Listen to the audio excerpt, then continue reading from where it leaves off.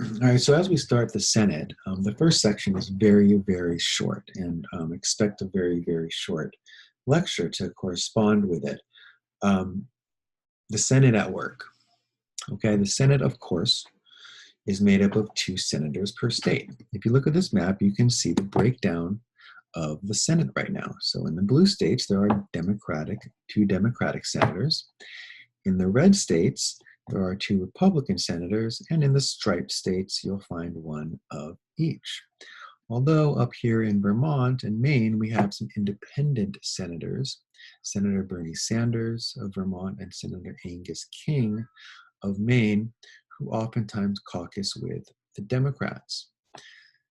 If there was maybe a libertarian member in one of the states, that person would more likely caucus with the Republicans. So um, we do see splits oftentimes in a state between one Republican and one Democratic senator. We also know that senators are 2 per state, meaning that Wyoming, which is right here, has a population smaller than the San Fernando Valley. Our valley has over 1 million people, 1.1, I believe. Wyoming has about 700,000 people. Wyoming has 2 senators.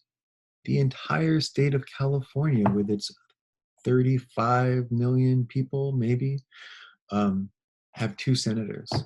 So, in this way, many people would suggest that this is undemocratic, that the Senate is an undemocratic legislative body that favors unpopulated rural states to more populated urban states. Well, that's factual. It is unequal representation. Now, whether or not you think that's good may have to do with your where you live, or maybe it has to do with your political affiliation. But it is pretty much undeniable that there's unequal representation in the Senate. Um, and the senators get their jobs for 6 years, so it's supposed to be a slower working, more deliberative body where they're willing to defy the temporary will of the people in order to do what they believe is right, because they have their job for 6 years, even longer than the president.